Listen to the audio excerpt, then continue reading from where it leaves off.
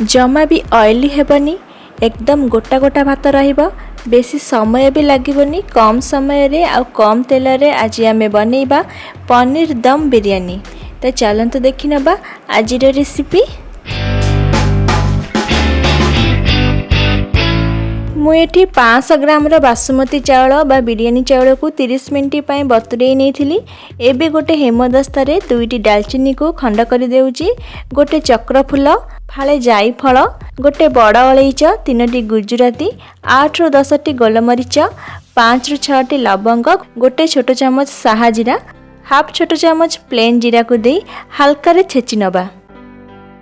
देखंतु आपण चाहिए मार्केट रू एमती गोटे पैकेट नहीं पारिबे जेउटा कि बिरयानी पाई जेउ सब गोटा मसला दरकार एथिरे थिबो।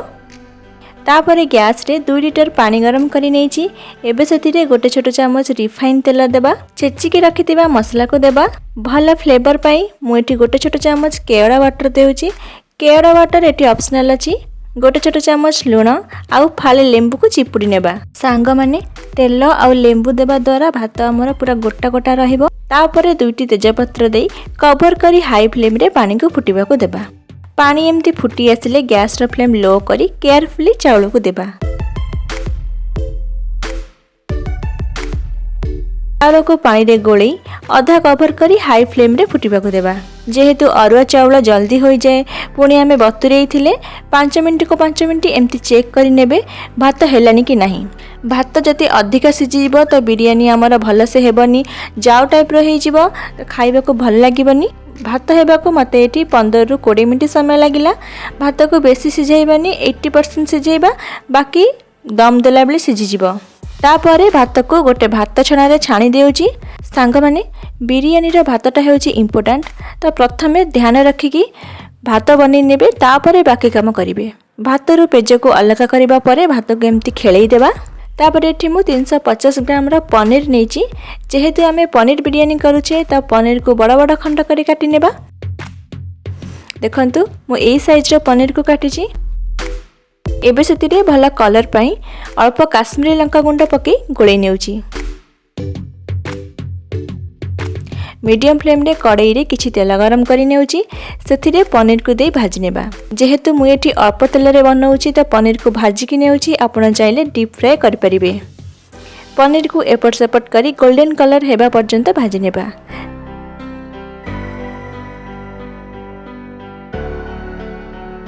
सेम प्रोसेस रे बाकी गुड़ा भाजी नेबा। सेम तेल रे 3टी बड़ साइज रे पियाज को सरू सरू लंबा के काटी दे भाजी नेबा। पियाज को पूरा गोल्डन हेबा पर्यंत मीडियम टू लो फ्लेम रे भाजीबा। देखंतु पियाज एटी भल से भाजी होई कलर चेंज हो गलानी। एबे हमें काढ़ी नबा। तो सेम तेल रे 2टी तेजपत्र, गोटे छोट चामच जीरा, 4 ରୁ 5ଟି लवंग, 8 ରୁ 10ଟି गोलमरीच, 3ଟି गुजराती, 4 भागरु भागे जाई फल, फाले चक्र फूल आउ 2टी दालचीनी को तेल रे भाजी नेबा। मसला भाजी हेबा परे गोटे पियाज को काटी देई देबा आउ तेल रे भाजी नेबा। तापरे एठी 2टी बड़ साइज रे पियाज को एमती स्क्वायर शेप रे काटिची।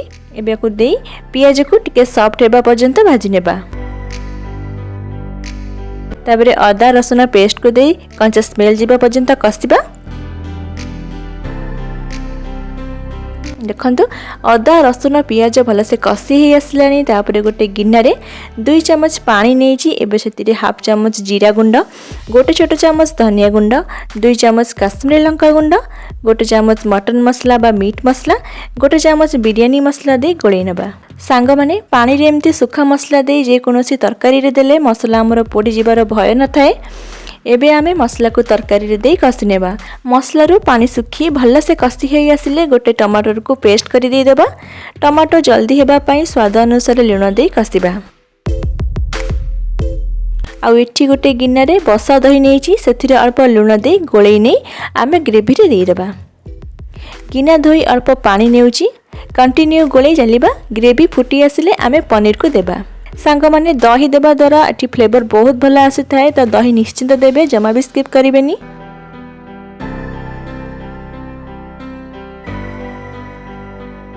गोळै कवर करी 4 ରୁ 5 मिनिट लो फ्लेम रे फुटिबा को देबा।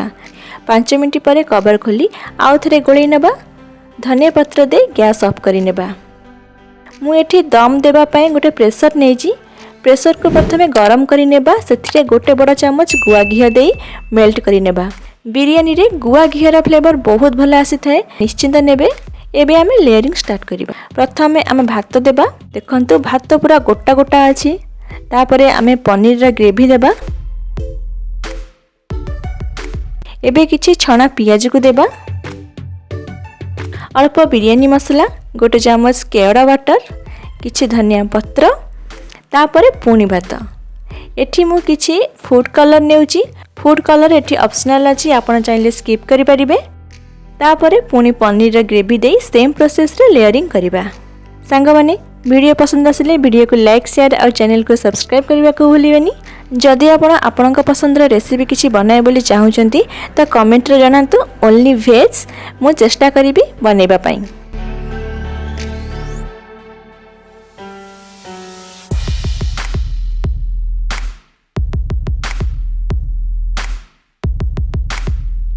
प्रेशर रो व्हिसल काढी लो फ्लेम रे 15 मिनिट दम देबा को छाड़ी देबा।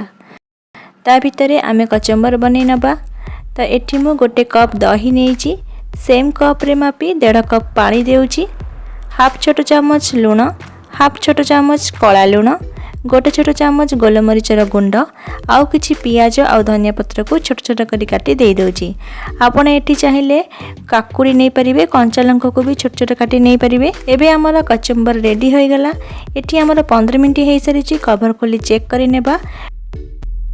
वाओ, देखंतु चाउଳ गोटा गोटा अछि, जमा भी भांगिनी कि ऑयली भी हेनी। एबे हमें गोटे प्लेट रे सर्व करि नेबा।